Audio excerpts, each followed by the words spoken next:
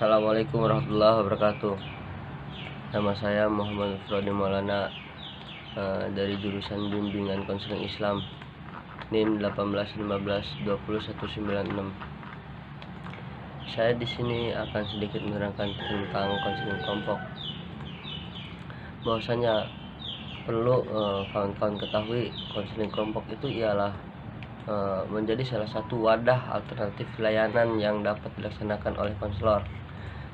Jadi konseling kelompok sebagai strategi yang memungkinkan konselor untuk menjangkau atau membantu permasalahan mereka melalui konseling kelompok. Di sini konseling kelompok itu dapat membantu dan mengembangkan insting pada dirinya sendiri dan mencapai penyesuaian diri yang sehat. Ada beberapa tujuan, bahwasanya perlu ketahui kawan-kawan. Di sini tujuan konseling kelompok ini ialah yang pertama biasanya untuk meningkatkan kesadaran dan pengetahuan diri atau untuk mengembangkan rasa identitas keunikan seseorang. Yang kedua, untuk lebih mengetahui kesamaan, kebutuhan dan permasalahan antara anggota kelompok dan untuk mengembangkan rasa keterkaitan antara anggota kelompok. Dan yang ketiga itu ya untuk membantu antara anggota kelompok, misalkan belajar bagaimana membangun sebuah hubungan yang bermakna. Dan udah tujuan itu ada tahapan konseling kelompok. Yang pertama ialah tahapan awal, yang kedua tahapan kerja, yang terakhir tahapan akhir. Yang dimana perlu ketahui kawan-kawan, tahapan awal itu mengacu pada periode waktu, yaitu digunakan untuk perkenalan. Contohnya siapa dia dan mau apa kesini, dan apa yang diharapkan peraturan kelompok, tingkat kenyamanan, apa yang diharapkan dan isi kelompok. Pada tahap ini anggota memberikan anggota lain dan tingkat kenyamanan mereka sendiri dengan dengan kelompok. Mungkin merupakan bagian tahapan ini sesi pertama, keseluruhan sesi pertama atau beberapa sisi. Hal ini tidak biasa bagi anggota kelompok tertentu untuk mengambil lebih dari 2 sisi. Yang terakhir ialah tahapan akhir, yang dimana tahapan akhir ini untuk mengakhiri sebuah konseling kelompok, untuk mereka pelajari bagaimana mereka setelah berubah dan bagaimana mereka berencana untuk mempraktikkan apa yang telah mereka pelajari. Bagi beberapa kelompok, pada akhir cerita akhir menjadi pengalaman emosional, sedangkan bagi pihak lain hanya akan berarti bahwa kelompok tersebut telah melakukan apa yang seharusnya dilakukan. Panjang tahap penutupan akan tergantung pada jenis kelompok gitu loh. Yang dimana teknik konseling kelompok ini yaitu ada beberapa macam, yaitu perhatian, yang kedua representasi, yang ketiga ini meniru tingkah laku model, dan yang terakhir ini ialah motivasi dan penguatan, yang dimana tahapan perhatian ini bahwasanya orang harus meniru. Di sini meniru orang lain, perhatian pengamatan harus dicurahkan seluruhnya kepada model. Perhatian ini dipengaruhi oleh asosiasi pengamat dengan modelnya. Sifat model di sini yang atraktif kalau disebutnya, dan arti penting tingkah laku model yang diamati bagi pengamat. Yang kedua itu representasi, yang dimana tingkah laku akan ditiru harus diambolisasikan dalam ingatan, ya baik dalam bentuk variabel maupun dalam bentuk gambaran atau imajinasi. Yang ketiga ini tahap peniruan tingkah laku model, yang dimana sesudah mengamati dengan penuh perhatian dan memasukkan ke dalam ingatan, yang dimana individu lalu bertingkah laku berkaitan dengan benar atau tidaknya seseorang melakukan peniruan terhadap model. Yang terakhir, motivasi dan penguatan, yang dimana belajar melalui pengamatan menjadi efektif jika pembelajar memiliki motivasi yang tinggi untuk dapat melakukan tingkah laku modelnya. Dan di sini juga perlu ketahui bahwasanya komponen kelompok konseling kelompok ini ada 3 macam. Yang pertama, komponen pemimpin kelompok, yang peserta atau anggota kelompok, dan yang terakhir dinamika kelompok. Pemimpin kelompok ini komponen yang penting dalam konseling kelompok. Dalam hal ini pemimpin bukan saja mengarahkan perilaku anggota misalkan sesuai dengan kebutuhan, melainkan juga harus tanggap terhadap kebutuhan, melainkan juga harus segala perubahan yang berkembang dengan kelompok. Nah, kalau anggota kelompok ini merupakan salah satu pokok dalam kehidupan kelompok, yaitu ini, tanpa anggota tidaklah mungkin ada kelompok, itulah bahasa. Tidak semua kumpulan orang atau individu dapat dijadikan anggota konseling kelompok.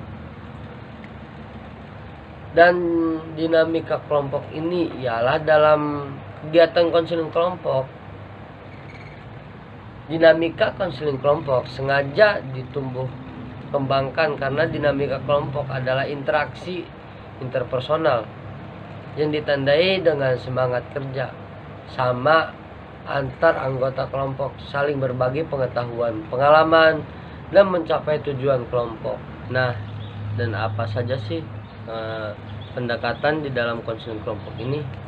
Biasanya saya memakai pendekatan konseling kelompok dalam pendekatan behavior, yang dimana pendekatan behavior ini, konseling behavior, membantu individu untuk mengontrol atau mengubah tingkah lakunya. Dan fungsi konseling ini adalah memberikan perhatian khusus pada dampak lingkungan atas dirinya. Biasanya di dalam konseling kelompok ini ada konsep dasar, yang dimana konsep dasar ini pemusatan pada perilaku yang tampak, dan khusus konselor kelompok meminta para konseling untuk mengkhususkan perilaku yang ingin berubah dan tujuan terputik yang tepat, dan perumusan rancangan kegiatan dan penerapan metode-metode. Nah, itulah sekian dari saya tentang materi konseling kelompok. Bila taufiq wal hidayah. Wassalamualaikum warahmatullahi wabarakatuh.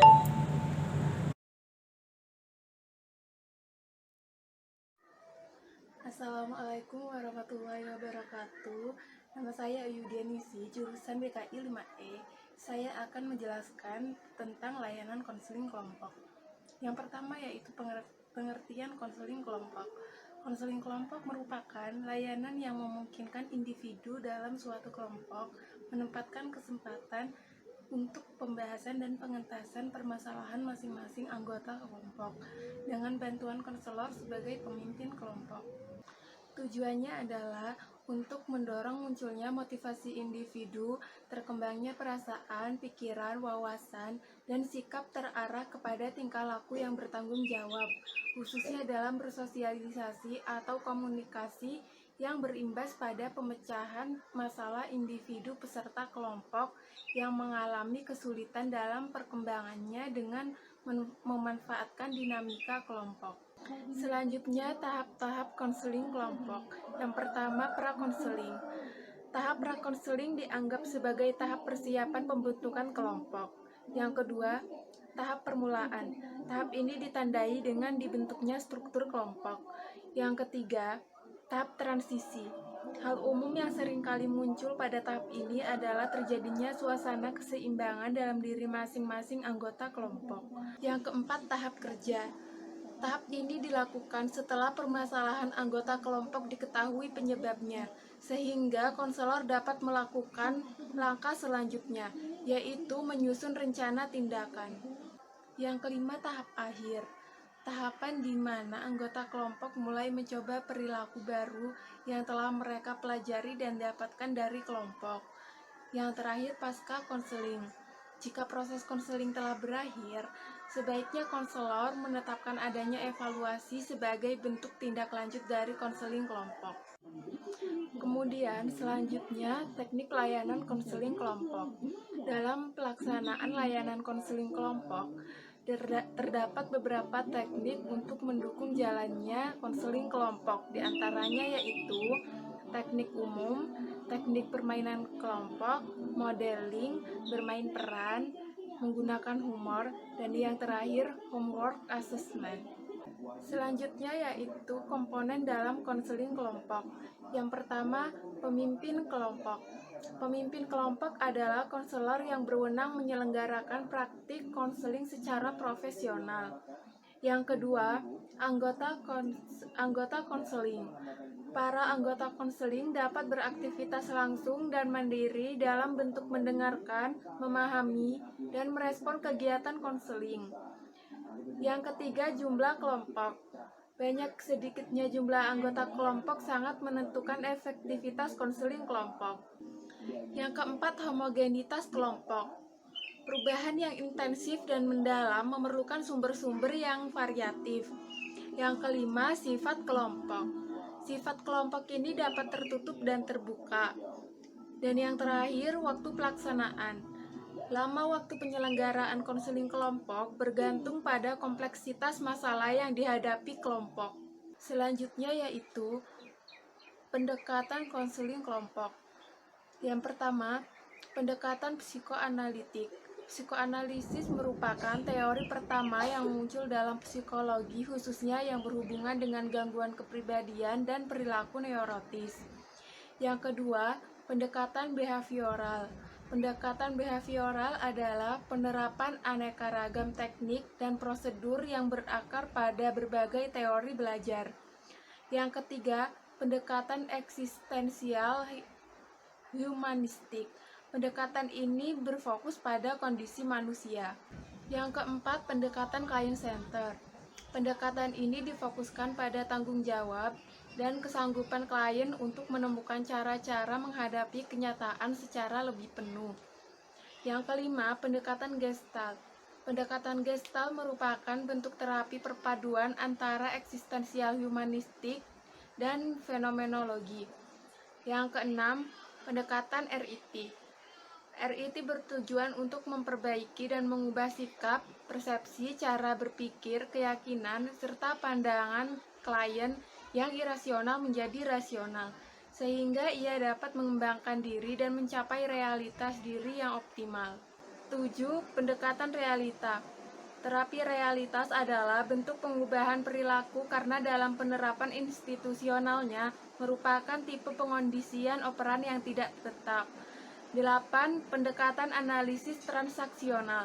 Analisis transaksional adalah psikoterapi transaksional yang dapat digunakan dalam konseling individual. Terapi lebih cocok untuk digunakan dalam konseling kelompok. Itulah sedikit banyaknya penjelasan dari saya mengenai layanan konseling kelompok. Terima kasih. Wassalamualaikum warahmatullahi wabarakatuh.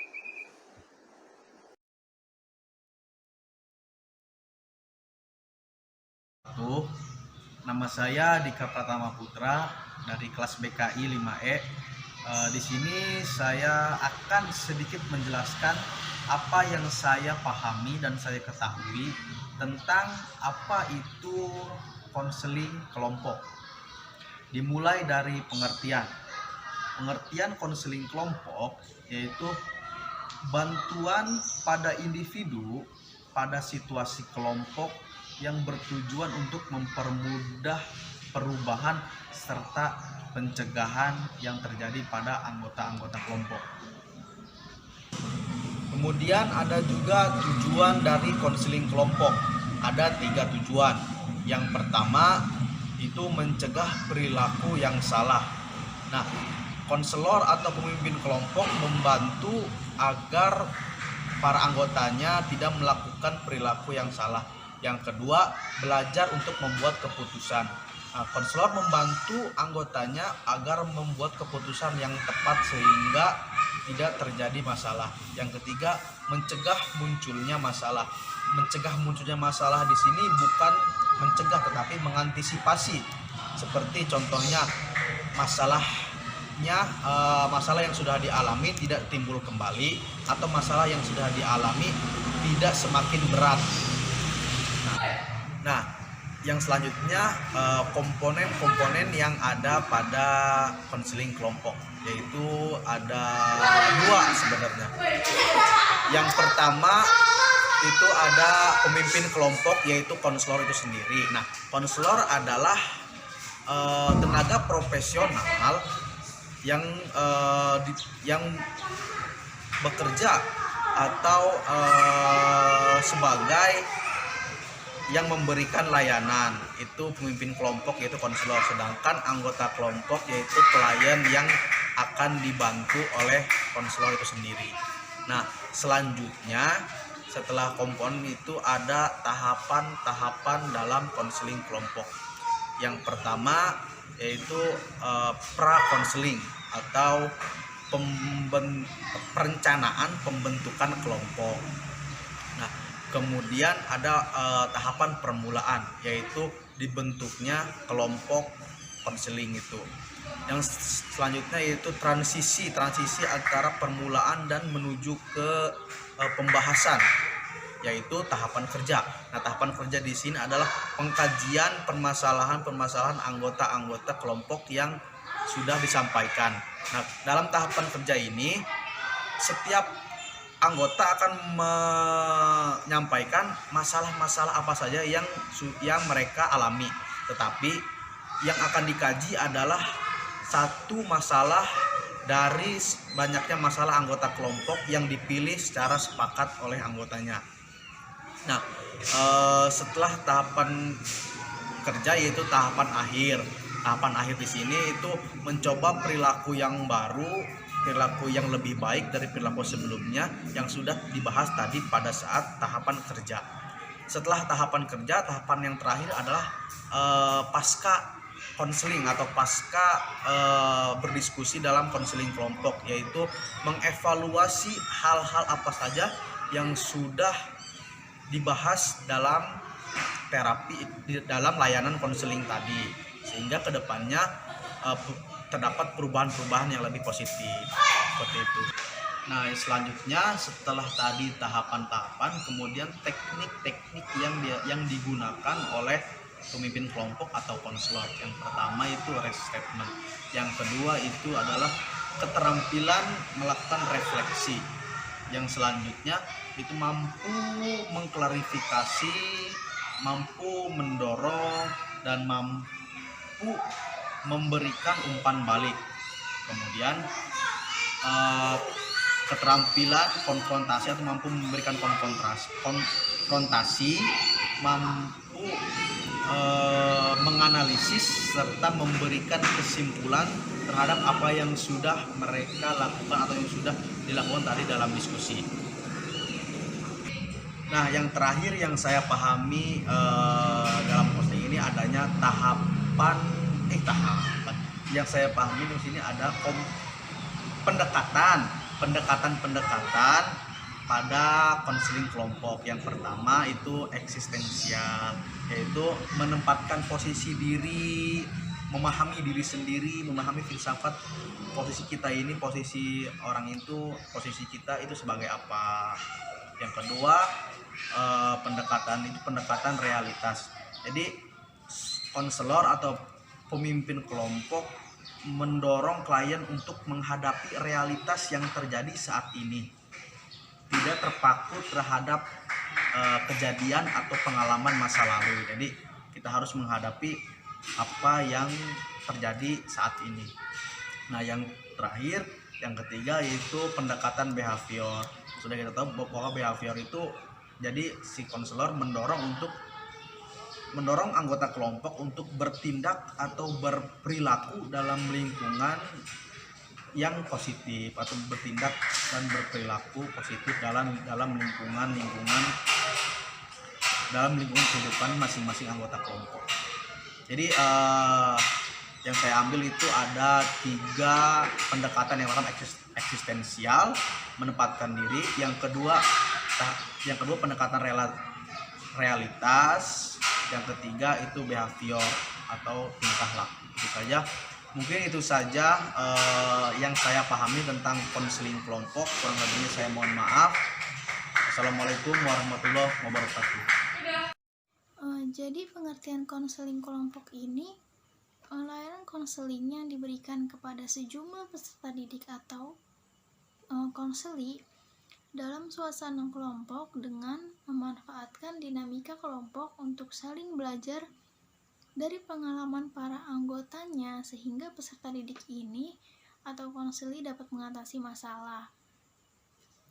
Nah, kemudian ada tujuannya. Jadi tujuannya ini untuk memfasilitasi peserta didik atau konseli untuk melakukan perubahan perilaku, mengembangkan kemampuan yang ada di dirinya, membuat keputusan yang bermakna bagi dirinya dan berkomitmen untuk mewujudkan keputusan dengan penuh tanggung jawab di dalam kehidupannya dengan memanfaatkan kekuatan situasi kelompok. Kemudian ada tahap-tahapnya. Yang pertama itu ada tahap awal ya. Tahap ini tuh merupakan salah satu tahap kunci yang akan mempengaruhi keberhasilan proses konseling kelompok. Yang pertama itu ada membangun hubungan. Nah, membangun hubungan ini dilakukan oleh konseli dan konselornya itu sendiri dengan membangun hubungan dengan penuh penerimaan yang baik, dengan menyapanya yang baik. Membangun understanding antara lain dengan memfasilitasi masing-masing anggota kelompok ini untuk mengungkapkan keluhan dan alasan mengikuti konseling kelompok ini. Yang ketiga ada mendorong semua anggota kelompok untuk terlibat secara aktif dalam kegiatan kelompok dengan mengeksplor harapan-harapan dan tujuan yang ingin diperoleh masing-masing anggota kelompok. Yang keempat ini ada membangun kontrak. Membangun kontrak ini, maksudnya membangun kontrak bersama ini merupakan aturan di dalam kelompok ini agar berjalan dengan jelas kayak gitu. Yang kelima ada mengembangkan interaksi positif antar anggota kelompok sehingga mereka terus terlibat dalam kegiatan kelompok ini. Yang keenam ada mengatasi kekhawatiran prasangka dan ketidaknyamanan yang muncul di antara para anggota kelompok. Kemudian yang B ada tahap transisi.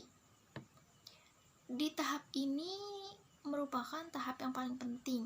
Karena apa? Karena di sini konselor dapat menentukan aktif atau tidaknya konseli dalam berinteraksi satu sama lain.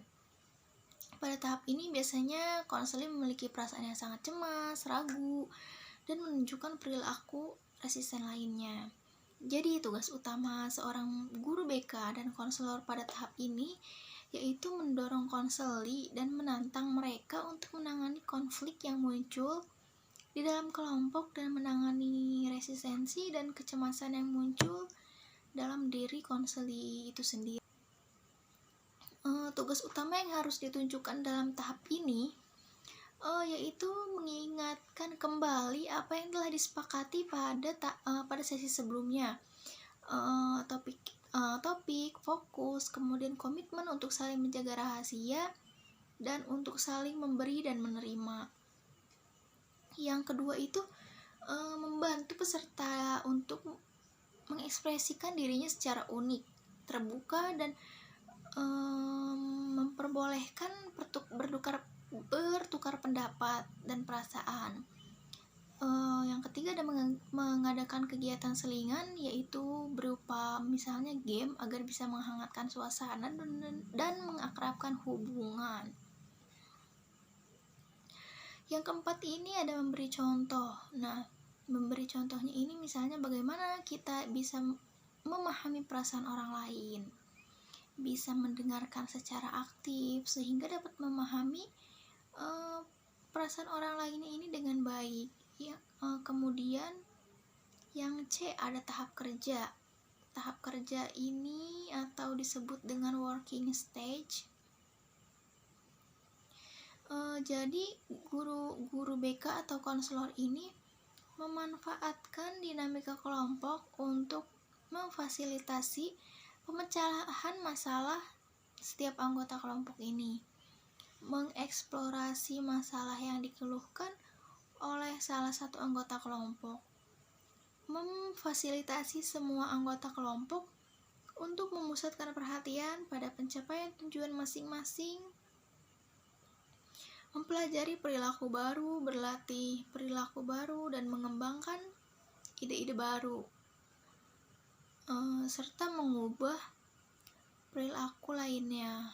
Kemudian ada memberikan penguatan, reinforcement, terhadap pikiran, perasaan, dan perilaku. Ya, tentu saja yang positif. Agar dapat direalisasikan di dalam kehidupan nyata kayak gitu. Kemudian di tahap pengakhiran. Nah, di tahap ini tuh biasanya konselor dan konseli mengakhiri seluruh rangkaian konseling kelompok. Di mana kegiatan ini merencanakan serta bagaimana memanfaatkan apa-apa yang telah dipelajari, serta setelah seluruh rangkaian kegiatan konseling kelompok dilakukan itu, kemudian mereka mengucapkan terima kasih, salam, maupun berdoa. Kemudian ada teknik konseling kelompok. Biasanya teknik ini yang ada di konseling kelompok itu teknik umum.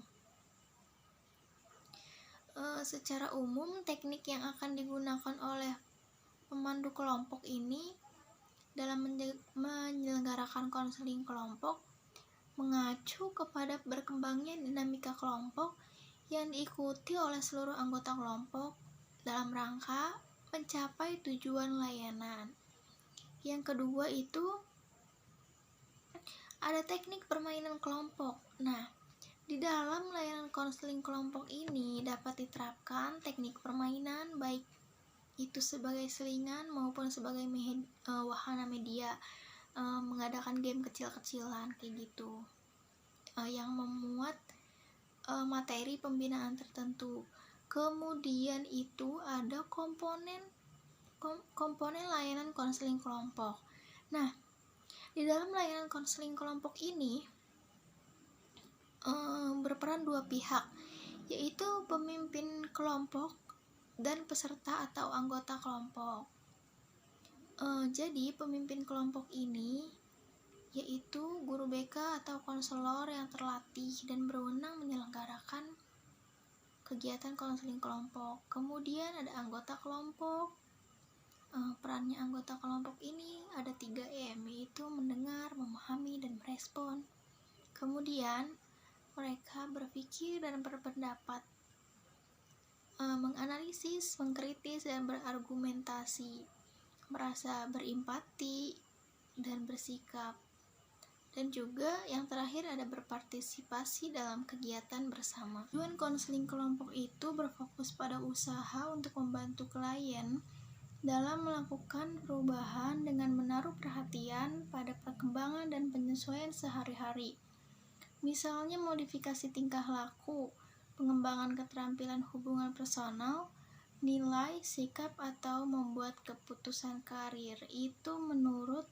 Itu tujuan konseling kelompok menurut Gibson dan Michel pada tahun 1981. Assalamualaikum warahmatullahi wabarakatuh. Nama saya Egy Anurullah, mahasiswa bimbingan konseling Islam semester 5 di Universitas Islam Negeri Sultan Maulana Hasanuddin Banten. Di sini saya akan menjelaskan tentang konseling kelompok. Apa sih itu konseling kelompok dan bagaimana cara, tujuan, segala macam itu di konseling kelompok. Konseling kelompok merupakan suatu proses atau hubungan interpersonal antara seorang konselor atau beberapa konselor dengan sekelompok klien. Dalam proses tersebut, konselor berupaya membantu dan menumbuhkan dan meningkatkan kemampuan klien untuk menghadapi dan mengatasi persoalan atau hal-hal yang menjadi kepedulian masing-masing klien melalui pengembangan pemahaman, sikap, keyakinan, dan perilaku klien yang tepat dengan cara memanfaatkan suasana kelompok. Menurut Budi Astuti, menjelaskan bahwa konseling kelompok lebih memberikan perhatian secara umum dalam permasalahan-permasalahan jangka pendek dan tidak terlalu memberikan perhatian pada treatment gangguan perilaku dan psikologis.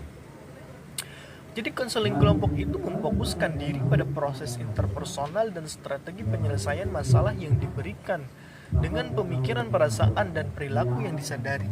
Metode yang digunakan adalah dukungan dan umpan balik interaktif dalam sebuah kerangka berpikir. Saat itu juga dapat ditemukan sejumlah tujuan umum dari pelayanan bimbingan dalam bentuk konseling kelompok, yakni masing-masing klien mampu menemukan dirinya dan memahami dirinya sendiri dengan baik berdasarkan pemahaman tersebut. Klien rela menerima dirinya sendiri dan lebih terbuka terhadap aspek-aspek positif kepribadian. Para klien mengembangkan kemampuan berkomunikasi antara satu individu dengan individu yang lain, sehingga mereka dapat saling memberikan bantuan dalam menyelesaikan tugas-tugas perkembangan yang khas pada saat fase-fase perkembangannya.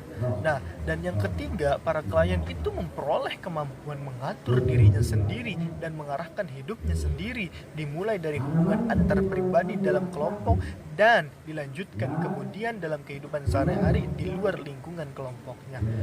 Para klien menjadi peka terhadap kebutuhan orang lain dan lebih mampu menghayati atau memahami perasaan orang lain. Kepekaan dan pemahaman ini akan membuat para klien lebih sensitif terhadap kebutuhan psikologis diri sendiri dan orang lain. Masing-masing klien menetapkan suatu target yang ingin dicapai yang diwujudkan dalam sikap dan perilaku konstruktif. Jadi masing-masing klien itu semakin menyadari bahwa hal-hal yang memprihatinkan bagi dirinya kerap menimbulkan rasa prihatin dalam hati orang lain. Dengan demikian, klien tidak akan merasa sendiri lagi, seolah-olah hanya dirinya lah yang mengalami masalah tersebut. Pada klien dapat belajar berkomunikasi dengan seluruh anggota kelompok secara terbuka, saling menghargai dan saling menaruh perhatian. Nah, di konseling kelompok juga ada tahapan. Apa sih tahapan-tahapan di konseling kelompok itu? Tahapan di konseling kelompok itu ada pembukaan. Di awal setiap sekali kegiatan itu pasti ada pembukaan, termasuk di konseling kelompok. Kenapa di konseling kelompok itu ada pembukaan? Pada dasarnya, bagi pengembangan hubungan antar pribadi yang baik itu yang memungkinkan pembicaraan terbuka dan terarah pada penyelesaian masalah, hal yang paling pokok adalah pembukaan awal di proses konseling kelompok. Bila kelompok saling bertemu untuk pertama kali, mengingat jumlah pertemuan pasti lebih dari satu kali. Pertemuan-pertemuan berikutnya juga memakai satu pembukaan. Tetapi cara pembukaan yang awal pertemuan dengan pembukaan yang selanjutnya itu akan berbeda, akan lain dibanding dengan pembukaan pada umumnya. Pembukaan pertemuan yang pertama itu akan sangat berbeda dengan pembukaan yang lain. Bila saling bertemu untuk pertama kali, para konselor disambut oleh konselor, kemudian seluruh anggota konselor memperkenalkan diri dengan menyebut nama, umur, alamat, kelas, program studinya, serta menceritakan sedikit mengenai asal usulnya dan perkenalan ini sedikit banyak berfungsi sebagai basa-basi supaya para dapat sedikit menyesuaikan diri dengan situasi tegang gitu. Kemudian mereka mendengarkan penjelasan yang diberikan oleh konselor, mengajukan pertanyaan hal-hal yang belum jelas mungkin, dan menyatakan kerelaannya untuk mengikuti tata cara yang ditetapkan. Kemudian dilanjutkan konselor untuk memperkenalkan diri dengan menyebutkan nama, umur, taraf pendidikan, dan lamanya pengalaman di lapangan. Itu yang, dan setelah itu ke tahap kedua, yaitu penjelasan masalah. Masing-masing konseli mengutarakan masalah yang dihadapi berkaitan dengan materi diskusi sambil mengungkapkan pikiran perasaan secara bebas. Selama seorang konseli mengungkapkan apa yang dipandangnya perlu dikemukakan, konseli lainnya mendengarkan dengan sungguh-sungguh dan berusaha menghayati ungkapan pikiran dan perasaan temannya. Mereka dapat menanggapi ungkapan teman yang memberikan komentar singkat yang menunjukkan ungkapan itu telah ditangkap dengan tepat, karena konselor pada akhir pembukaan sudah memberikan kesempatan untuk berbicara menurut selarasnya sendiri-sendiri. Diharapkan para konseli akan dapat mengatasi rasa ragu-ragu untuk membuka isi hatinya, seperti itu. Dan langsung ke tahap, kalau misalkan tahapan pertama dan kedua itu sudah, kita lanjut ke tahapan ketiga. Apa tahapan ketiga itu? Penggalian latar belakang masalah. Nah, fase ini merupakan perlengkapan dari fase penjelasan masalah. Karena pada fase kedua, masalah-masalah yang diungkapkan para klien belum menyajikan gambaran lengkap mengenai kedudukan masalah dalam keseluruhan situasi kehidupan masing-masing klien. Sehingga pada fase ini diperlukan penjelasan lebih detail dan mendalam. Oleh karena itu, masing-masing dalam fase analisis kasus ini menambah ungkapan dari perasaan sesuai dengan petunjuk yang diberikan oleh konselor, seperti fase kedua di atas yang tadi saya jelaskan. Para konseli mendengarkan ungkapan yang telah diberikan oleh teman tertentu dan menanggapi ungkapan tersebut dengan memberikan komentar singkat dan menunjukkan pemahamannya atau penjelasan lebih lanjut dan bertanya. Dan setelah itu kita langsung ke tahap penyesuaian masalah berdasarkan apa yang telah digali dari proses analisis kasus. Konselor dan para konseli membahas bagaimana persoalan dapat diatasi. Kelompok konseli selama ini harus ikut berpikir, memandang dan mempertimbangkan. Namun peranan konselor di institusi pendidikan yang dalam mencari penyelesaian masalah pada umumnya lebih besar. Penyelesaian masalah itu, misalnya kelompok ingin dapat melakukan penyesuaian sosial yang baik. Setelah itu dibahas bersama dengan cara bagaimana tujuan itu dapat dicapai dengan menetapkan sejumlah langkah-langkah untuk mewujudkan keinginan bersama. Nah, setelah tahapan keempat itu sudah selesai, kalau misalkan semua masalah-masalah itu diungkapkan dan bagaimana cara menyesuaikan dan mencari jalan keluarnya itu sudah bisa kita cari, dan kita akan melanjut ke tahap penutup. Apa tahap penutup itu? Bila mana kelompok sudah siap untuk melaksanakan apa yang telah diputuskan bersama dari tahap awal sampai tahap keempat ini, di tahap penutupan ini proses konseling dapat diakhiri dan kelompok dibubarkan pada pertemuan terakhir. Bila mana proses konseling belum selesai, pertemuan yang sedang berlangsung ditutup untuk sementara untuk dilanjutkan pada lain hari.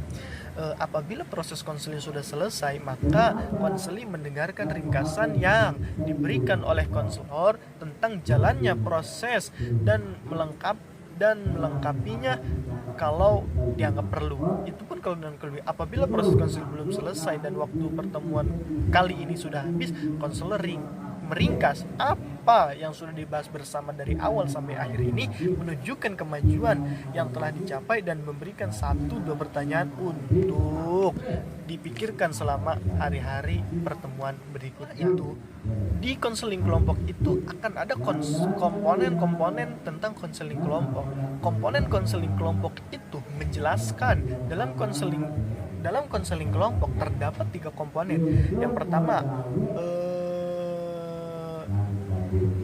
pemimpin kelompok, yang kedua peserta, atau anggota kelompok, dan yang ketiga dinamika kelompok. Memimpin kelompok adalah komponen yang penting dalam konseling kelompok. Dalam hal ini, pemimpin bukan saja mengarahkan perilaku anggota sesuai dengan kebutuhan, melainkan juga harus tanggap terhadap segala perubahan yang berkembang dan dalam kelompok tersebut. Dalam hal ini menyangkut adanya peranan pimpinan konseling kelompok serta fungsi pimpinan kelompok, seperti yang diungkapkan oleh Prayitno. Menjelaskan pimpinan kelompok adalah orang yang mampu menciptakan suasana sehingga anggota kelompok dapat belajar bagaimana mengatasi masalah mereka sendiri. Dan yang kedua itu ada anggota kelompok. Keanggotaan itu merupakan salah satu unsur pokok dalam kehidupan kelompok. Tanpa adanya anggota tidak mungkin adanya kelompok. Tidak semua kumpulan orang-orang atau individu dapat dijadikan anggota konseling kelompok. Nah, dan tahap terakhir itu ada dinamika kelompok. Dinamika dalam konseling kelompok. Dinamika konseling kelompok sengaja ditumbuh kembangkan karena dinamika kelompok adalah interaksi interpersonal yang ditandai dengan semangat kerjasama antara anggota kelompok, saling berbagi pengetahuan, pengalaman, dan pencapaian tujuan bersama. Interaksi yang personal inilah yang nantinya akan mewujudkan rasa kebersamaan di antara anggota kelompok, menyatukan kelompok untuk dapat lebih menerima satu sama lain, lebih saling mendukung dengan cenderung untuk membentuk interaksi yang berarti dan bermakna di dalam kelompok. Seperti itu. Mungkin itu sedikitnya yang bisa dapat saya sampaikan mengenai tentang konseling kelompok. Bila ada kata-kata yang kurang berkenan, bila ada salah-salah kata, mohon dibukakan pintu maaf yang seluas-luasnya, karena saya juga masih tahap belajar. Saya akhiri, wallahul muwaffiq ila aqwamit thoriq. Wassalamualaikum warahmatullahi wabarakatuh. Assalamualaikum warahmatullahi wabarakatuh. Baik, di sini saya akan sedikit menjelaskan materi mengenai konseling kelompok. Nah, saya mempunyai 6 indikator materinya. Yang pertama, pengertian konseling kelompok. Yang kedua, komponen konseling kelompok. Yang ketiga, tujuan konseling kelompok. Yang keempat, tahap-tahap konseling kelompok. Dan yang kelima, teknik-teknik konseling kelompok. Dan yang keenam atau yang terakhir, pendekatan-pendekatan yang biasa digunakan dalam konseling kelompok. Baik, yang pertama, pengertian konseling kelompok. Konseling kelompok merupakan layanan yang memungkinkan suatu individu dalam suatu kelompok menempatkan kesempatan untuk pembahasan dan pengentasan permasalahan masing-masing anggota kelompok dengan bantuan konselor sebagai pemimpin kelompok. Yang kedua, komponen konseling kelompok. Menurut Prayitno menjelaskan bahwasanya dalam konseling kelompok terdapat 3 komponen yang berperan. Yang pertama, pemimpin kelompok. Pemimpin kelompok adalah orang yang menciptakan suasana sehingga anggota kelompok dapat belajar bagaimana mengatasi permasalahan mereka sendiri. Dan yang kedua adalah anggota kelompok atau peserta kelompok. Agar terselenggaranya konseling kelompok, maka konselor membentuk kumpulan individu-individu menjadi sebuah kelompok. Dan yang ketiga yaitu dinamika kelompok. Dinamika kelompok ini adalah interaksi interpersonal yang ditandai dengan semangat kerjasama antar anggota kelompok, saling berbagi pengetahuan, pengalaman, dan mencapai tujuan kelompok. Yang selanjutnya yaitu tujuan konseling kelompok. Tujuan konseling kelompok ini adalah untuk mendorong munculnya motivasi individu, terkembangnya perasaan, pikiran, wawasan, dan sikap terarah kepada tingkah laku yang bertanggung jawab, khususnya dalam berkomunikasi atau bersosialisasi yang berimbas pada pemecahan masalah individu peserta kelompok yang mengalami kesulitan dalam perkembangannya dengan memanfaatkan dinamika kelompok. tahapan-tahapan konseling yang dikemukakan oleh Namora dalam bukunya yang berjudul Konseling Kelompok terbagi menjadi 6 tahapan. Yang pertama, tahap prakonseling. Yang kedua, tahap permulaan. Yang ketiga, tahap transisi. Yang keempat, tahap kerja atau tahap kegiatan. Yang kelima, tahap akhir. Dan yang terakhir, tahap pasca konseling. Yang pertama, prakonseling. Tahap prakonseling ini dianggap sebagai tahap persiapan pembentukan kelompok. Yang kedua yaitu tahap permulaan. Tahap ini ditandai dengan dibentuknya struktur kelompok, mengeksplorasi setiap harapan anggota kelompok, serta anggota mulai belajar fungsi kelompok sekaligus mulai menegaskan tujuan kelompok. Yang ketiga yaitu tahap transisi. Tahap ini dikenal sebagai tahap peralihan. Pada tahap ini diharapkan masalah yang dihadapi masing-masing anggota kelompok dirumuskan dan diketahui apa sebab-sebabnya. Yang keempat, tahap kerja atau tahap kegiatan. Pada tahap ini adalah menyusun rencana-rencana tindakan. Penyusunan tindakan ini disebut pula produktivitas. Yang kelima yaitu tahap akhir. Tahap ini merupakan tahap penutupan. Anggota kelompok mulai mencoba melakukan perubahan-perubahan tingkah laku dalam kelompok serta memberi umpan balik dari setiap anggota kelompok. Yang terakhir yaitu yang keenam, pasca konseling. Setelah proses konseling berakhir, sebaiknya konselor menetapkan adanya evaluasi sebagai bentuk tindak lanjut dari konseling kelompok. Ada 7 pendekatan dalam konseling kelompok. Yang pertama, pendekatan psikoanalisis. Yang kedua, pendekatan eksistensial humanistik. Yang ketiga, pendekatan client center. Yang keempat, pendekatan gestalt. Yang kelima, pendekatan tingkah laku. Yang keenam, pendekatan rasional emotif. Dan yang terakhir atau yang ketujuh yaitu pendekatan realitas. Yang pertama yaitu pendekatan psikoanalisis. Tujuan dari pendekatan ini yaitu membuat hal-hal yang tidak disadari anggota kelompok menjadi disadari. Yang kedua, pendekatan eksistensial humanistik. Tujuan dari pendekatan ini memaksimalkan kesadaran diri anggota kelompok dan pertumbuhannya. Yang ketiga, pendekatan client center. Tujuan konseling ini yaitu menyadarkan penghambat pertumbuhan anggota kelompok dan aspek pengalaman pribadi diri yang sebelumnya diingkari atau didistorsi. Yang keempat yaitu pendekatan gestalt. Tujuan dari pendekatan ini yaitu membantu anggota kelompok memperoleh kesadaran atas pengalaman dari waktu ke waktu. Yang kelima yaitu pendekatan tingkah laku. Jadi pendekatan ini bertujuan untuk menghapus pola tingkah laku maladatif dan mempelajari pola tingkah laku konstruktif. Yang selanjutnya pendekatan rasional emotif. Tujuan dari pendekatan ini yaitu menghapus pandangan hidup anggota kelompok yang melemahkan diri dan membantu anggota kelompok memperoleh pandangan hidup yang lebih toleran dan rasional. Adapun yang terakhir yaitu pendekatan realistis. Jadi tujuan dari pendekatan ini yaitu membimbing anggota kelompok mempelajari tingkah laku realistis dan bertanggung jawab serta mengembangkan identitas keberhasilan dan membantu anggota kelompok membuat pertimbangan nilai tingkah lakunya sendiri dan merencanakan tindakan untuk perubahan. Nah, adapun teknik-teknik yang biasa digunakan dalam konseling kelompok tidak beda jauh dengan konseling pada umumnya. Nah, berikut teknik-teknik yang ada dalam konseling kelompok. Yang pertama yaitu teknik umum. Teknik umum ini sama dengan teknik-teknik konseling pada umumnya, seperti pertanyaan terbuka, pertanyaan tertutup, dorongan minimal, dan lain-lain yang mengacu pada berkembangnya dinamika kelompok. Yang kedua yaitu teknik permainan kelompok. Teknik ini digunakan sebagai selingan maupun sebagai wahana atau media yang memuat materi pembinaan tertentu.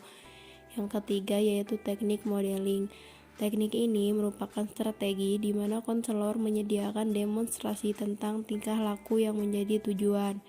Yang keempat yaitu teknik bermain peran. Teknik ini merupakan teknik konseling melalui pengembangan imajinasi dan penghayatan anggota kelompok.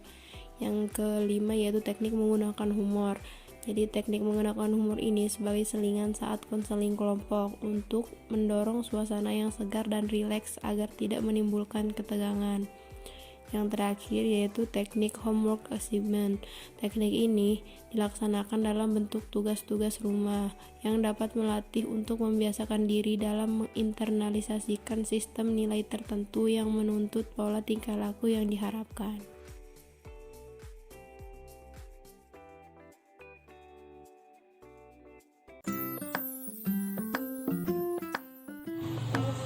Halo, Assalamualaikum warahmatullahi wabarakatuh. Perkenalkan, nama saya Dika Denis, saya mahasiswa BKI semester 5. Di sini saya akan sedikit menjelaskan tentang konseling kelompok. Barangkali di sini ada yang ingin mengetahui secara jelas, singkat, padat mengenai konseling kelompok. Langsung saja kita ke penjelasannya. Oke, yang pertama adalah pengertian dari konseling kelompok itu sendiri. Nah, konseling kelompok itu adalah suatu pemberian bantuan yang memanfaatkan konsep diri dari masing-masing anggota yang ada di dalam kelompok tersebut. Nah, yang kedua adalah tujuan dari konseling kelompok tersebut. Tujuannya ada dua, yaitu tujuan umum dan tujuan khusus. Tujuan yang pertama adalah tujuan umum. Tujuan yang umum itu untuk mengembangkan potensi bersosialisasi di dalam kelompok tersebut. Nah, tujuan khususnya adalah untuk memecahkan permasalahan pribadi yang dimiliki oleh anggota kelompok tersebut. Yang selanjutnya adalah tahapan-tahapan dari konseling kelompok itu sendiri. Yang pertama tentu saja persiapan. Nah, persiapan ini biasanya menentukan waktu atau tempat gitu. Yang kedua adalah pembentukan. Nah, biasanya pembentukan ini diawali dengan salam, doa. Yang selanjutnya adalah peralihan pertama, yaitu menjelaskan kembali dengan singkat apa itu konseling kelompok. Yang kedua, peralihan kedua yaitu menjelaskan topik yang ada dalam masalah tersebut. Yang selanjutnya adalah pengakhiran. Nah, pengakhiran ini terdiri dari menjelaskan bahwa kegiatan konseling kelompok akan berakhir. Yang selanjutnya adalah komponen-komponen dari konseling kelompok. Nah, komponen yang pertama itu dari pemimpin konseling. Nah, pemimpin kelompok ini biasanya oleh konselor itu sendiri. Nah, yang kedua itu anggota konseling. Yang ketiga ada jumlah kelompok. Nah, jumlah kelompok ini biasanya 2-3 orang, tetapi itu terlalu sedikit karena bisa juga sampai 10 orang atau lebih. Yang selanjutnya adalah homogenitas kelompok. Nah, homogenitas ini perubahan yang intensif dan mendalam memerlukan sumber-sumber yang variatif.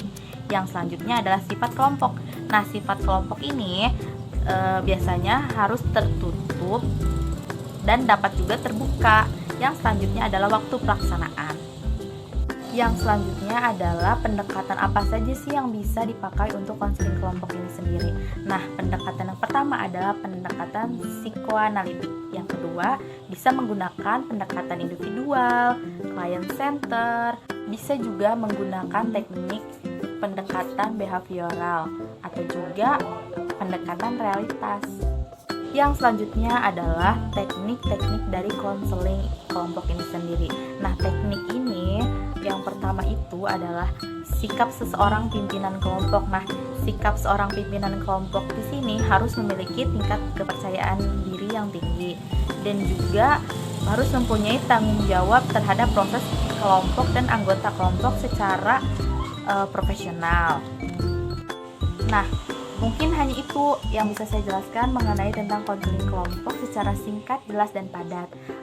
Kurang lebihnya mohon maaf. Wassalamualaikum warahmatullahi wabarakatuh. Assalamualaikum warahmatullahi wabarakatuh. Nama saya Fitria Maulida dari BKI 5E. Saya akan membahas tentang konseling kelompok. Konseling kelompok adalah layanan konseling yang diberikan kepada sejumlah peserta didik atau konseli dalam suasana kelompok dengan memanfaatkan dinamika kelompok untuk saling belajar dari pengalaman para anggotanya, sehingga peserta didik atau konseli dapat mengatasi masalahnya masing-masing. Konseling kelompok membahas masalah pribadi yang dialami oleh masing-masing anggota kelompok. Ada beberapa tujuan yang ingin dicapai pada pelaksanaan konseling kelompok. Yang pertama adalah anggota kelompok dapat belajar memahami diri sendiri dan juga orang lain. Yang kedua adalah mengembangkan sosial dan interpersonal skill, seperti mampu memecahkan masalah, mengambil keputusan, empati, dan bertanggung jawab terhadap perilakunya sendiri. Yang keempat, dapat membuat perencanaan khusus untuk merubah tingkah laku dan dengan kesadaran diri sendiri berkomitmen akan bersungguh-sungguh untuk menjalankan rencana tersebut. Komponen dalam konseling kelompok meliputi yang pertama adalah pemimpin kelompok. Pemimpin kelompok adalah konselor yang berwenang menyelenggarakan praktik konseling secara profesional. Yang kedua adalah anggota konseling kelompok.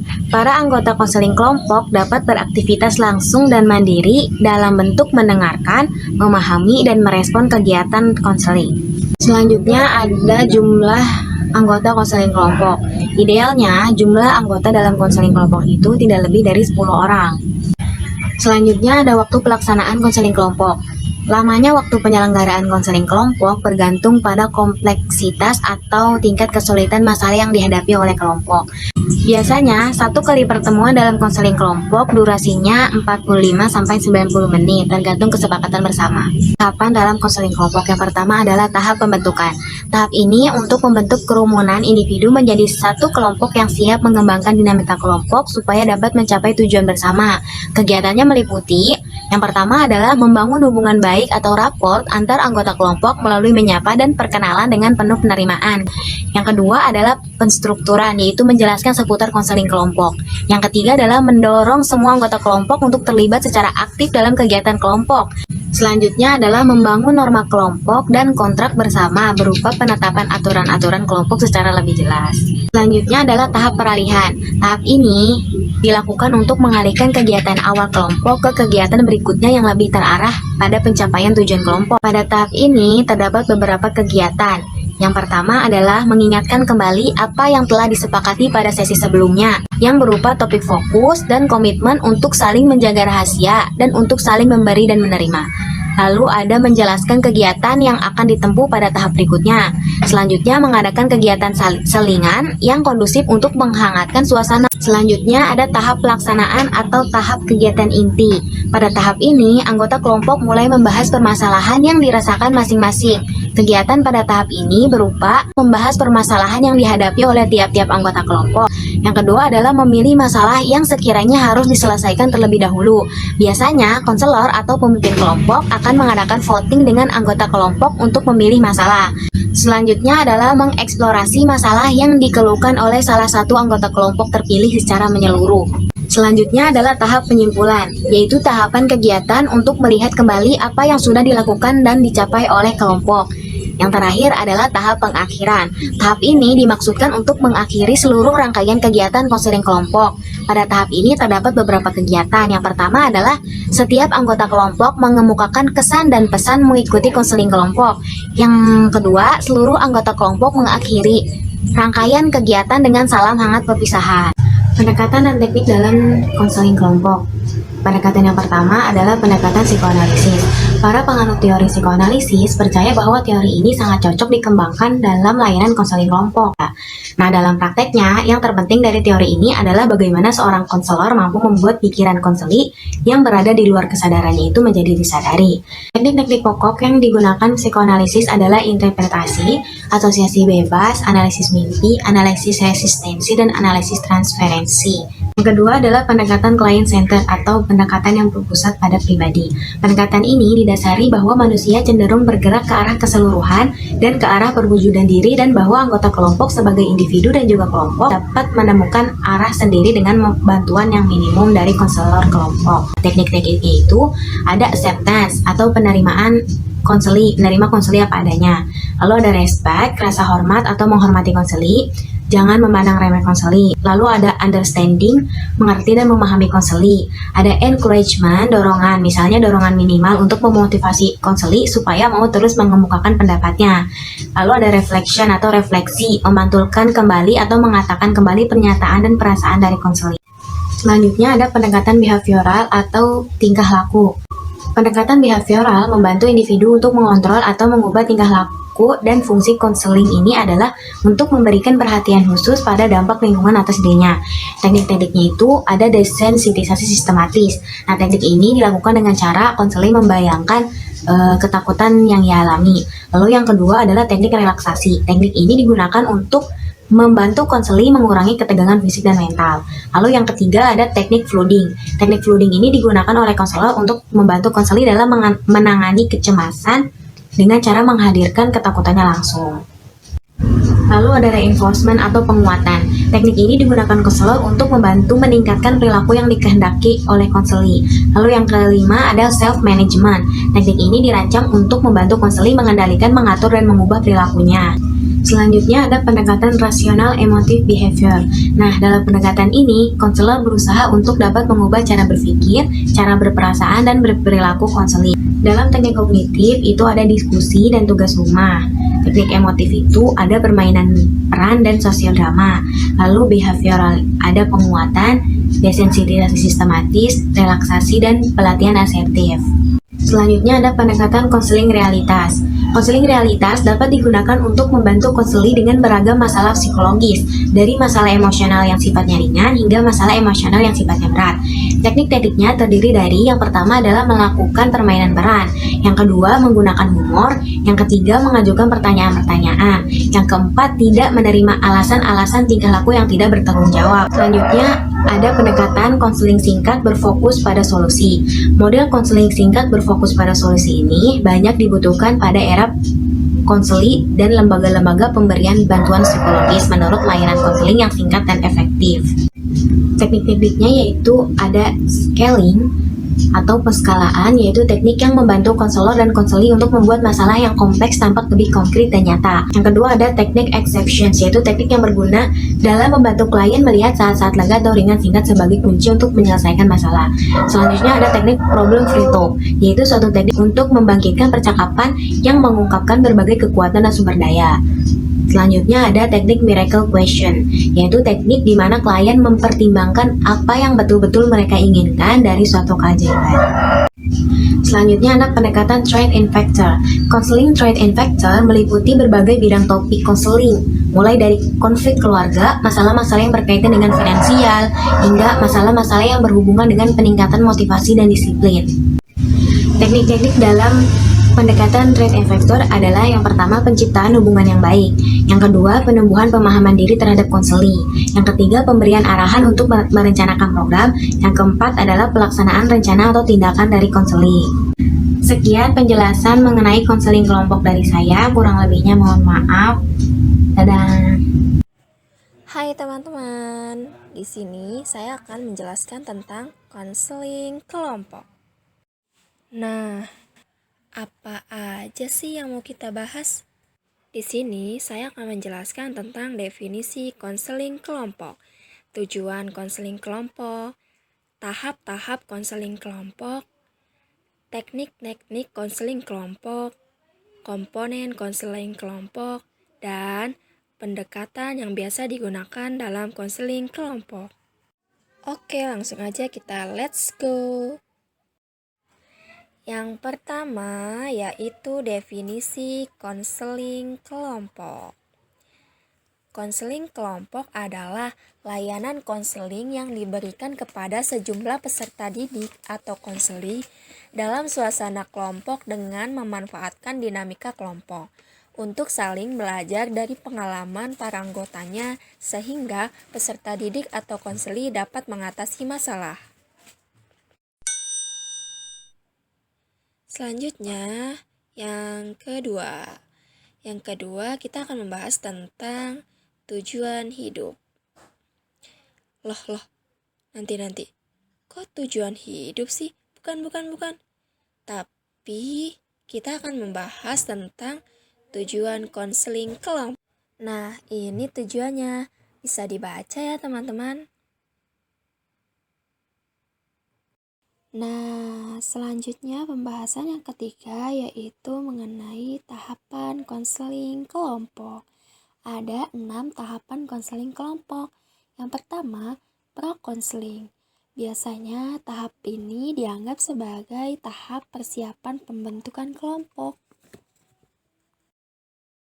Yang kedua yaitu tahap permulaan. Tahap ini ditandai dengan dibentuknya struktur kelompok. Adapun manfaatnya yaitu agar anggota kelompok dapat memahami aturan yang ada dalam kelompok. Tahap yang ketiga yaitu tahap transisi. Tahap ini disebut sebagai tahap peralihan. Hal umum yang seringkali muncul pada tahap ini adalah terjadinya suasana ketidakseimbangan dalam diri masing-masing anggota kelompok. Selanjutnya, tahap kerja. Tahap ini dilakukan setelah permasalahan anggota kelompok diketahui penyebabnya, sehingga konselor dapat melakukan langkah selanjutnya yaitu menyusun rencana tindakan. Tahap yang kelima yaitu tahap akhir, tahapan di mana anggota kelompok mulai mencoba perilaku baru yang telah mereka pelajari dan dapatkan dari kelompok. Tahap yang terakhir yaitu pasca konseling. Jika proses konseling telah berakhir, sebaiknya konselor menetapkan adanya evaluasi sebagai bentuk tindak lanjut dari konseling kelompok. Selanjutnya yang keempat. Di sini yang keempat ada teknik-teknik konseling kelompok. Apa aja sih teknik-tekniknya? Nah, di sini ada beberapa teknik yang biasa digunakan dalam konseling kelompok. Teknik yang pertama yaitu reinforcement atau penguatan. Yang kedua, teknik summary. Yang ketiga, teknik pick up. Yang keempat, ability potential response. Yang kelima, teknik probing. Yang keenam, refleksi perasaan. Yang 7, teknik diskusi. Yang ke-8, teknik interpretasi. Yang ke-9, teknik konfrontasi. Yang ke-10, teknik klarifikasi. Dan yang terakhir yaitu bermain peran. Nah, itulah teknik-teknik yang biasa digunakan dalam konseling kelompok. Dan penjelasan yang kelima yaitu tentang komponen konseling kelompok. Nah, di dalam komponen konseling kelompok, yang pertama ada namanya pemimpin kelompok. Pemimpin kelompok adalah komponen yang penting dalam konseling kelompok. Prayitno menjelaskan peranan pemimpin kelompok yaitu memberikan bantuan, pengarahan ataupun campur tangan langsung terhadap kegiatan konseling kelompok, memusatkan perhatian pada suasana perasaan yang berkembang dalam kelompok, dan kejadian-kejadian yang timbul di dalamnya menjadi tanggung jawab pemimpin kelompok. Dan komponen yang kedua adalah anggota kelompok. Keanggotaan merupakan salah satu unsur pokok dalam kehidupan kelompok. Tanpa anggota tidaklah mungkin ada kelompok. Komponen yang ketiga yaitu dinamika kelompok. Dalam kegiatan konseling kelompok, dinamika konseling kelompok sengaja ditumbuh kembangkan. Karena dinamika kelompok adalah interaksi interpersonal yang ditandai dengan semangat, kerjasama antar anggota kelompok, saling berbagi pengetahuan, pengalaman untuk mencapai tujuan kelompok. Selanjutnya yaitu pendekatan yang ada dalam konseling kelompok. Yang pertama, eksistensial humanistik. Yang kedua, client-centered. Yang ketiga, pendekatan gestalt. Yang keempat, pendekatan tingkah laku. Yang kelima, pendekatan rasional emotif. Dan yang keenam, pendekatan realitas. Nah, itulah sedikit penjelasan tentang konseling kelompok. Mohon maaf apabila ada kesalahan, karena di sini kita sama-sama belajar ya. Terima kasih sudah menonton. Dadah. Assalamualaikum warahmatullahi wabarakatuh. Assalamualaikum warahmatullahi wabarakatuh. Nama saya Husnul Latifah, saya dari jurusan Bimbingan Konseling Islam. Di sini saya akan menjelaskan tentang pengertian konseling kelompok. Konseling kelompok berasal dari dua kata yaitu konseling dan kelompok. Istilah konseling diadopsi dari bahasa Inggris. Konseling di dalam kamus artinya dikaitkan dengan kata counsel memiliki beberapa arti, yaitu nasihat, to obtain counsel, anjuran, to give counsel, dan pembicaraan, to take counsel. Jadi secara etimologi, konseling berarti pemberian nasihat, anjuran, dan pembicaraan dengan bertukar pikiran. Secara istilah, Konseling adalah proses pemberian bantuan yang dilakukan melalui wawancara dan teknik-teknik pengobatan tingkah lakunya oleh seorang ahli konselor kepada individu dan individu yang sedang mengalami masalah yang bermula pada teratasinya masalah yang dihadapi oleh klien. Tujuan konseling kelompok. Tujuan konseling kelompok menurut Prajitno dalam Thohirin terbagi atas dua, yaitu secara umum dan secara khusus. Secara umum, tujuan konseling kelompok adalah berkembangnya kemampuan sosialisasi siswa, khususnya kemampuan berkomunikasi melalui pelayanan konseling kelompok. Hal-hal dapat menghambat atau mengganggu sosialisasi dan komunikasi siswa diungkap dan dinamikakan melalui berbagai teknik sehingga kemampuan sosialisasi dan berkomunikasi siswa berkembang secara optimal dan mengentaskan masalah klien dengan memanfaatkan dinamika kelompok. Secara khusus, karena layanan konseling kelompok berfokus pada masalah pribadi individu peserta layanan, maka layanan konseling kelompok yang intensif dalam upaya pemecahan masalah tersebut. Para peserta memperoleh dua tujuan, yaitu: pertama, berkembangnya perasaan, pikiran, persepsi, wawasan dan sikap terarah kepada tingkah laku khususnya bersosialisasi dan berkomunikasi.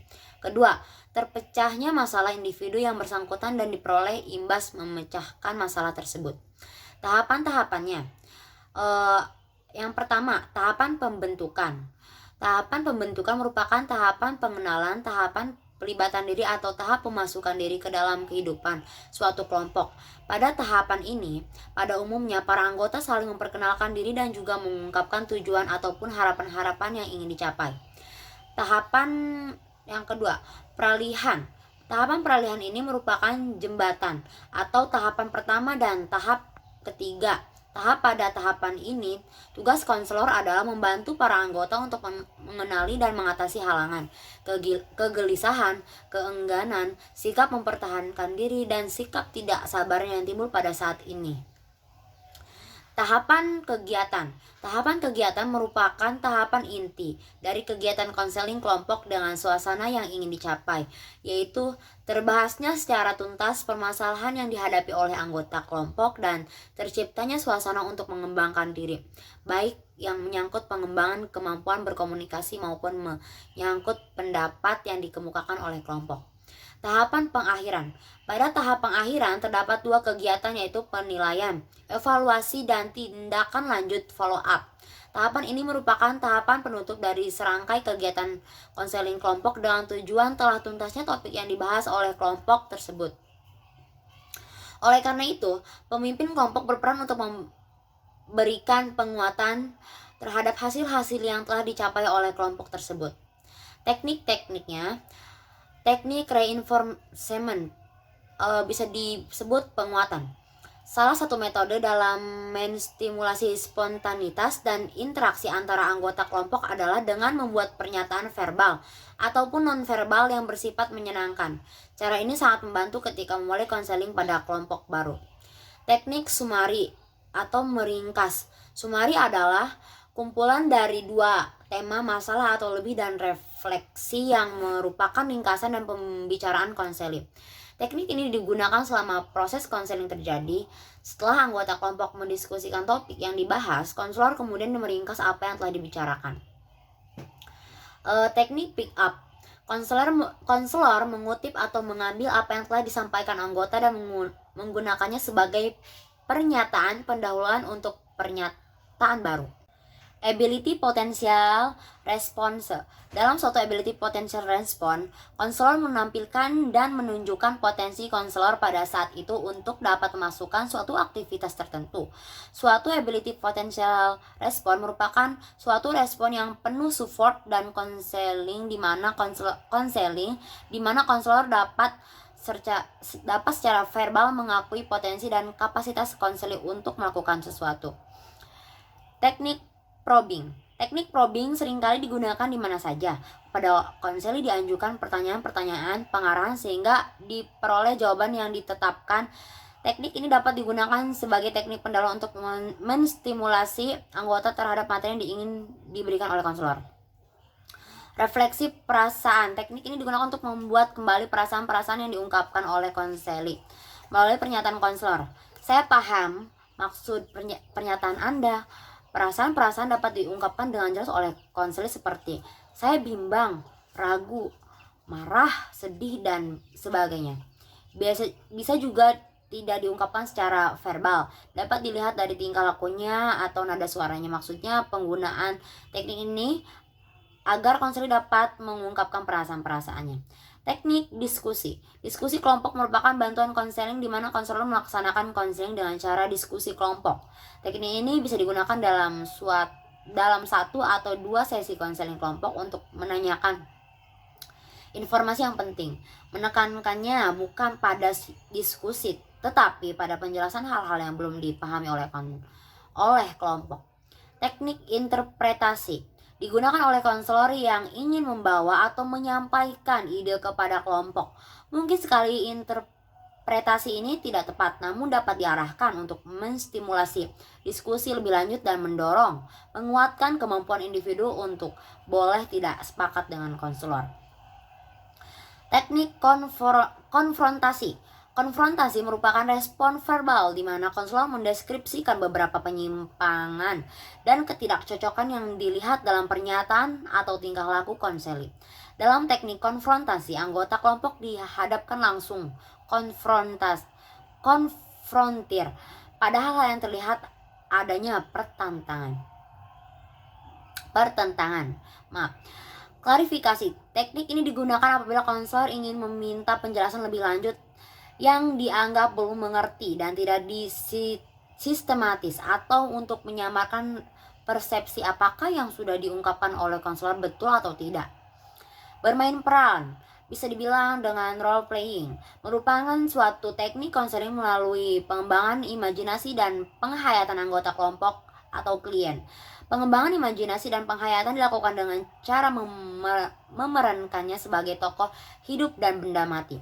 Permainan ini pada umumnya dilakukan dalam kelompok bergantung pada apa yang diperankan. Komponen-komponennya.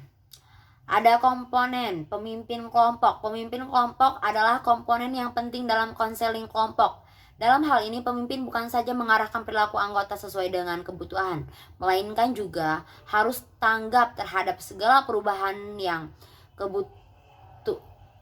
berkembang dalam kelompok tersebut. Hal ini menyangkut adanya peranan pemimpin konseling kelompok serta fungsi pemimpin kelompok. Seperti yang diungkapkan oleh Prayitno, penjelasan pemimpin kelompok adalah orang yang mampu menciptakan suasana sehingga anggota kelompok dapat belajar bagaimana mengatasi masalah mereka sendiri. Anggota kelompok. Keanggotaan merupakan salah satu unsur pokok dalam kehidupan kelompok. Tanpa anggota tidaklah mungkin ada kelompok. Tidak semua kumpulan orang atau individu dapat dijadikan anggota konseling kelompok. Untuk terselenggaranya konseling kelompok, seorang konselor perlu membentuk kumpulan individu menjadi sebuah kelompok yang memiliki persyaratan sebagaimana seharusnya. Besarnya kelompok, jumlah anggota kelompok, dan homogenitas atau heterogenitas anggota kelompok dapat mempengaruhi kinerja kelompok. Sebaiknya jumlah anggota kelompok tidak terlalu besar dan juga tidak terlalu kecil. Dinamika kelompok. Dalam suatu kegiatan kelompok, dinamika konseling kelompok sengaja ditumbuh kembangkan karena dinamika kelompok adalah interaksi interpersonal yang ditandai dengan semangat kerjasama antar anggota kelompok saling berbagi pengetahuan, pengalaman, dan mencapai tujuan kelompok. Interaksi yang interpersonal inilah yang nantinya akan mewujudkan rasa kebersamaan di antara anggota kelompok, menyatukan kelompok untuk lebih menerima dan satu sama lain, lebih saling mendukung dan cenderung untuk membentuk interaksi berarti dan bermakna di dalam kelompok. Mendeskripsikan dinamika kelompok sebagai suatu bidang terapan yang dimaksudnya untuk meningkatkan pengetahuan tentang sifat atau ciri kelompok, hukum, pengembangan, interrelasi dengan anggota dengan kelompok lain dan dengan anggota yang lebih besar. Pendekatannya. Pendekatan di sini ada 7. Yang pertama, konseling kelompok dengan pendekatan psikoanalitik. Yang kedua, konseling kelompok dengan pendekatan psikologi individual. Yang ketiga, konseling kelompok dengan pendekatan client-centered. Yang keempat, konseling kelompok dengan pendekatan behavior. Kelima, konseling kelompok dengan pendekatan rasional emotif. Yang keenam, konseling kelompok dengan pendekatan analisis transaksional. Yang ketujuh, konseling kelompok dengan pendekatan realitas. Terima kasih, mungkin cukup sekian dari saya. Kurang dan lebihnya mohon maaf. Assalamualaikum warahmatullahi wabarakatuh. Bismillahirrahmanirrahim. Assalamualaikum warahmatullahi wabarakatuh. Nama saya Resti Fauzia Rukman dari jurusan BKI 5E. Kemudian yang terhormat kepada Ibu Mala selaku dosen pengampu mata kuliah mikrokonseling. Di sini saya akan menjelaskan mengenai konseling kelompok. Nah, kita mulai dari pengertian konseling kelompok.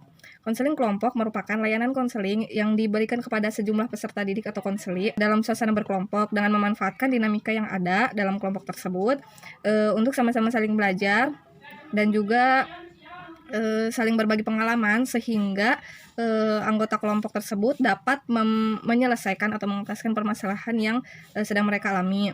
Nah, kemudian adapun tujuan-tujuan dari konseling kelompok, yang pertama yaitu memfasilitasi peserta didik atau konseli untuk melakukan perubahan perilaku. Kemudian yang kedua yaitu mengkonstruksi pikiran, dan yang ketiga yaitu mengembangkan kemampuan untuk mengatasi permasalahan kehidupan. Adapun langkah-langkah yang harus dilakukan oleh anggota kelompok yaitu yang pertama prakonseling, kemudian yang kedua pelaksanaan konseling kelompok, kemudian yang ketiga pasca konseling kelompok. Nah, di prakonseling ini pemimpin kelompok atau konselor membentuk anggota kelompok tersebut menjadi suatu kelompok yang terdiri dari 2 sampai 8 anggota kelompok yang masing-masing anggota kelompok tersebut memiliki permasalahan yang relatif sama. Dan kemudian yang kedua yaitu menyusun RPL konseling kelompok. Nah, itu yang ada di prakonseling kelompok. Kemudian yang kedua yaitu kita lanjut kepada pelaksanaan konseling kelompok. Nah, dalam pelaksanaan konseling kelompok ini ada beberapa tahap yang harus dilaksanakan. Nah, yang pertama itu tahap awal, kemudian yang kedua ada tahap transisi, ketiga ada tahap kerja, dan yang keempat ada tahap pengakhiran. Nah, pada tahap awal ini merupakan salah satu kunci yang bisa mempengaruhi keberhasilan dari proses konseling kelompok. Dibutuhkan 1 sampai 2 sesi pertama untuk berjalannya konseling kelompok ini pada tahap awal. Nah, pada tahap awal biasanya konselor melakukan kegiatan membuka sesi konseling dan kemudian membangun dinamika kelompok. Nah, adapun untuk membangun dinamika yang dapat dilakukan yaitu yang pertama membangun hubungan dengan cara memberikan perhatian, sapaan dengan penuh perhatian atau attending. Nah, kemudian yang kedua bisa dengan membangun understanding atau meminta anggota kelompok untuk mengeluarkan keluh kesahnya, permasalahan yang dirasakan. Kemudian yang ketiga yaitu mendorong semua anggota kelompok untuk bisa untuk aktif mengeksplor harapan-harapan dan tujuan-tujuan ke depan. Kemudian yang keempat yaitu membangun norma, aturan-aturan dan kontrak yang berlaku ketika proses konseling berlangsung. Yang kelima yaitu membangun interaksi yang positif. Kemudian kita lanjut pada tahap transisi. Nah, di tahap transisi ini biasanya konseli merasa cemas, khawatir dan lain sebagainya, merasa tidak nyaman. Nah, di sini tugas konselor yaitu membantu mendorong klien, mendorong konseli dan juga menantang mereka untuk dapat menyelesaikan dan menangani konflik yang ada dalam diri mereka, seperti itu. Pada tahap transisi ini, langkah yang bisa dilakukan yaitu untuk membangun dinamika. Yang pertama, kita mengingatkan kembali sebagai konselor, fokus terhadap tujuan awal, fokus terhadap topik yang akan kita bahas, sehingga kita buang jauh-jauh perasaan yang akan sekiranya mengganggu pikiran dari klien atau konseli. Nah, kemudian yang kedua yaitu membantu konseli untuk bisa mengekspresikan dirinya, mengekspresikan perasaannya, juga meyakinkan konseli bahwa dalam proses konseling ini diperbolehkan adanya perbedaan pendapat atau perbedaan perasaan dan perbedaan pandangan antara anggota kelompok. Kemudian yang ketiga yaitu membangun suasana yang kondusif sehingga bisa lebih akrab, bisa lebih saling terbuka dan bisa lebih saling percaya satu sama lain. Kemudian yang keempat, konselor memberikan contoh bagaimana mengekspresikan pikiran, mengekspresikan dirinya, perasaannya sehingga mudah dipahami oleh anggota kelompok yang lain. Dan yang kelima yaitu konselor memberikan contoh bagaimana caranya mendengarkan secara aktif sehingga anggota kelompok dapat memahami apa yang disampaikan oleh teman kelompok yang lain. Kemudian lanjut pada tahap kerja. Nah, pada tahap ini konselor mengelola dan memanfaatkan dinamika kelompok yang ada untuk memfasilitasi bagaimana caranya memecahkan permasalahan yang ada. Nah, dan hal-hal yang dapat dilakukan dalam tahap ini yaitu untuk membangun dinamika. Pertama yaitu membuka pertemuan konseling. Kemudian yang kedua, memfasilitasi tiap anggota kelompok untuk membahas permasalahan yang sedang dihadapi oleh anggota kelompok. Dan yang ketiga yaitu bersama-sama untuk mengeksplorasi dan membahas salah satu permasalahan yang sedang dialami oleh anggota kelompok, salah satu anggota kelompok. Dan kemudian yang selanjutnya yaitu memfasilitasi para anggota kelompok untuk memfokuskan dan memusatkan perhatiannya dan fokus terhadap tujuan awal, mengembangkan ide-ide yang baru, kemudian mengembangkan perilaku-perilaku baru yang dianggap baik oleh anggota kelompok. Dan kemudian yang kelima, membantu anggota kelompok untuk bisa merangkum poin-poin apa saja yang telah didapat pada setiap sesi konseling yang telah dilakukan.